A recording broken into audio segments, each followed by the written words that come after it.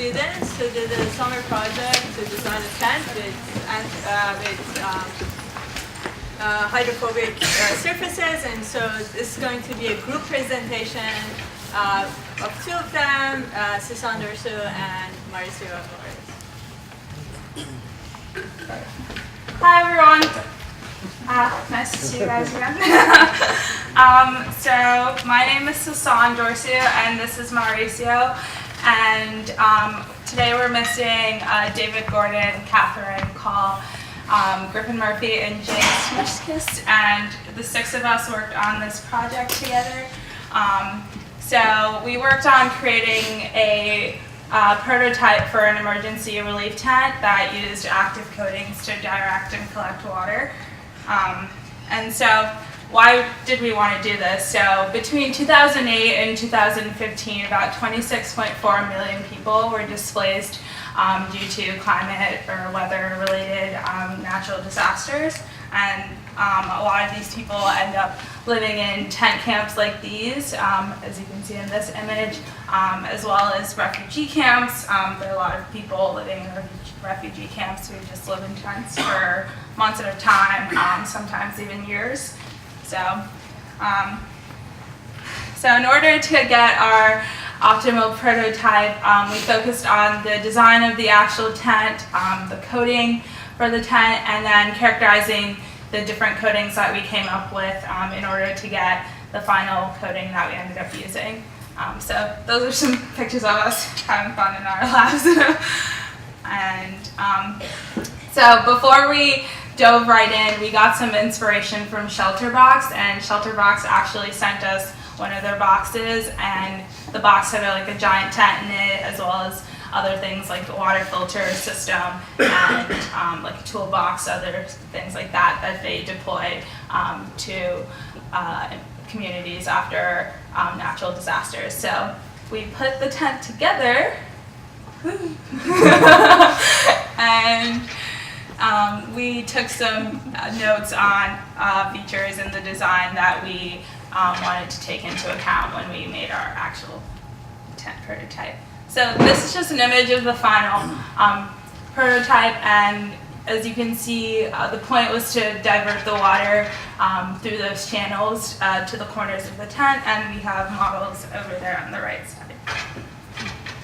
All right, so first we didn't want to have to like reinvent the wheel. We know that in nature things like this already exist, and we base everything on the Lotus leaf. So the Lotus leaf displays a very super hydrophobic nature as well as very slippery behavior. So the water not only beats up on top of it, but also it slides right off of it at very low angles. So just a little background, the contact angle is the angle that is formed when the three interfaces, the solid, the liquid, and the gas meet. And any contact angle higher than 90 degrees is considered hydrophobic, lower than 90 degrees is hydrophilic, and higher than 150 degrees is considered superhydrophobic. We wanted our coatings to reflect this superhydrophobic behavior. Besides that, we also wanted to create a coating that will be slippery, because as many of you already are thinking, like any of our tents or any tents that you rent or buy are already like hydrophobic, like water doesn't go through. The difference is with these coatings, the water will just slip out of it. So it will be very slippery instead of being sticky, which is the current problem. So as we can see here, we measure the slippery behavior based on the hysteresis. The hysteresis is the difference between the advancing and the receiving contact angle. The more difference there is, the more sticky it will be. The less difference is allowed, then the more slippery it will be. And we want to try to like replicate the Lotus again with a very slippery behavior.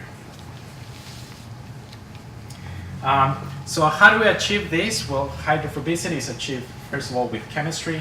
We have hydrophobic substance that is not going to interact with the liquid. We're going to have that hydrophobic behavior. But to reach the super hydrophobic behavior, we want to try to mix the micro and nanoscale roughness to achieve these little pockets on the gassy state that will allow the water to just slip right off. Here we can see how the Lotus leaf actually has that micro and nanoscale level of roughness to achieve this behavior. And here we can see how our coating actually reflected that, which we'll go more into later. So we wanted to create a coating that was scalable, something that we can create in big amounts, and that is not going to be harmful to the environment. Hopefully something that we can disperse in water, and also something that is not only displaying these characteristics, but it's also displaying it over a long period of time, and that it can resist like you scratching it or washing it, so that it's durable and keeps showing these characteristics. The final coating method that we decided to go with after trying many coating types was graphene nanoplatelets. The reason why we decided to go with this is because it was dispersible in water, so we didn't have to use harsh solvents that would contaminate the water. And we ended up using 15 coats because any less amount than that was not producing superhydrophobic results after being rubbed, and any more will just be wasteful. This is the graphene nanoplatelet. As you can see, they are pretty hydrophobic, and then as they can like get on top of each other and like stack, they can create that roughness that we're looking for. So we characterized the coating samples that we made, and so with this image on the left, you can see the uncoated PET fabric, and you can see that microscale roughness developed by the weaving pattern of the actual fabric, and then on the right, you can see the fabric with the 15 coats of the graphene nanoplatelets on it, and you can see these nanoscale roughness features. And this is a closer up SEM image of that. And so the contact angle of the actual uncoated PET fabric was already pretty high, but when we coated it, you see the increase in the contact angle, but more importantly, you see a significant decrease in the sliding angle, which means that so when we coated it, it became a lot more slippery compared to the uncoated fabric, and so that was the more important achievement with the coating. And so we ran into an issue, a challenge with the adhesion of the coating. We noticed that, you know, if you just like rubbed on it with like a glove or something, some of the coating would come off. So we ran a bunch of adhesion tests, such as, you know, running it underwater, sonication, taking off with tape, rubbing the coated fabric with itself, just self-friction. And so you can see some microscopic images of the different samples. And then... So here we can see that after adding that base layer of cement, before adding the graphene nanoplatelets, we were able to maintain the functionality even after being rubbed. Again, the main problem that we were having is that this is the uncoated fabric. Just coating it with graphene, we were getting that superhydrophobic behavior, but as soon as you rub it or wash it, you were coming pretty much just back to the basic, right? So you were losing those properties. After adding the cement, before adding the graphene, we achieved that superhydrophobic nature, but even after being rubbed, we maintained that superhydrophobic nature, which is what we wanted to do, something that is durable. And it's also replicated with the with the sliding angle and the hysteresis. So again, the fabric by itself, it had a slight angle almost 90 degrees, so you have to be almost completely orthogonal to like slide right off. Adding the graphene, you go back to less than 10 degrees, so it's very functional. However, if you rub it, you lose all that. Now, going with the cement and graphene, we can see that the cement is helping the adhesion, but it's not compromising the functionality. You still have that sliding angle very low. And once you rub it, you do lose something, but you don't lose as much as without the cement. And here is why you lose some of that sliding angle, is because by being rubbed, you kind of like lose some of that extra roughness, as you can see here. So if we were to continue to optimize these features, we would look into making the coating solution more durable, and exploring other types of adhesive layers that we could add in between each graphene layer, as well as making this easy to mass produce, because this was a time-intensive process. So you had to coat the graphene, put the layer of cement, heat it, another coat. So we had to do that 15 times.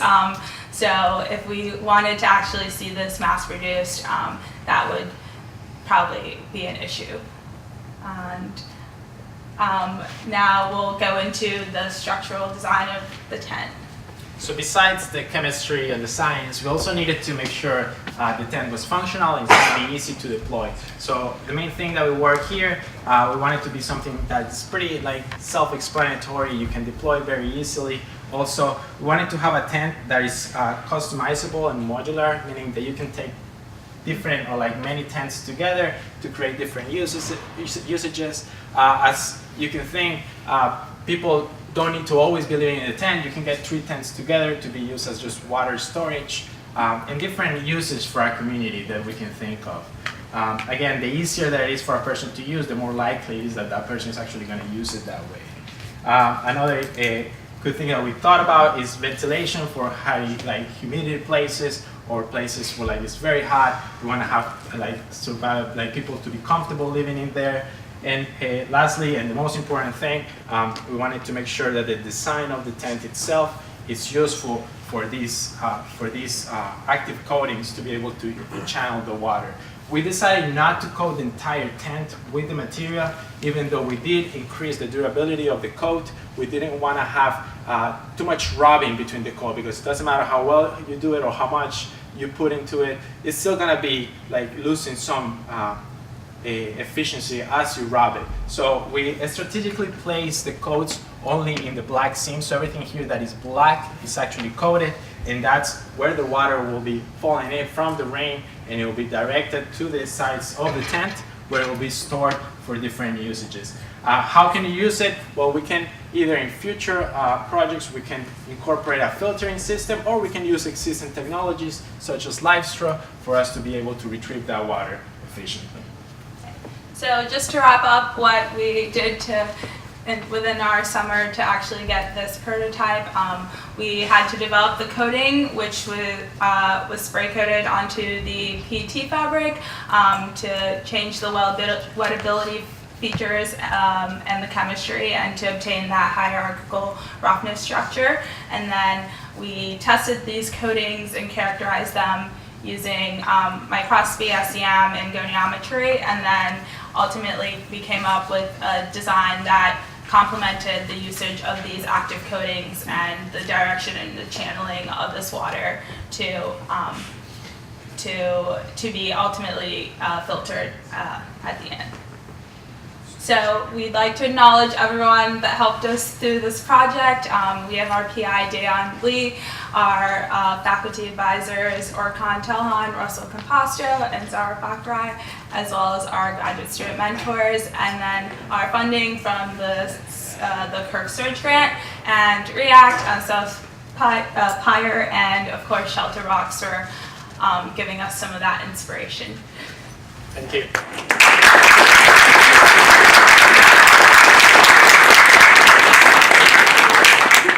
For 1 or 2 very quick questions. I can speak super fast.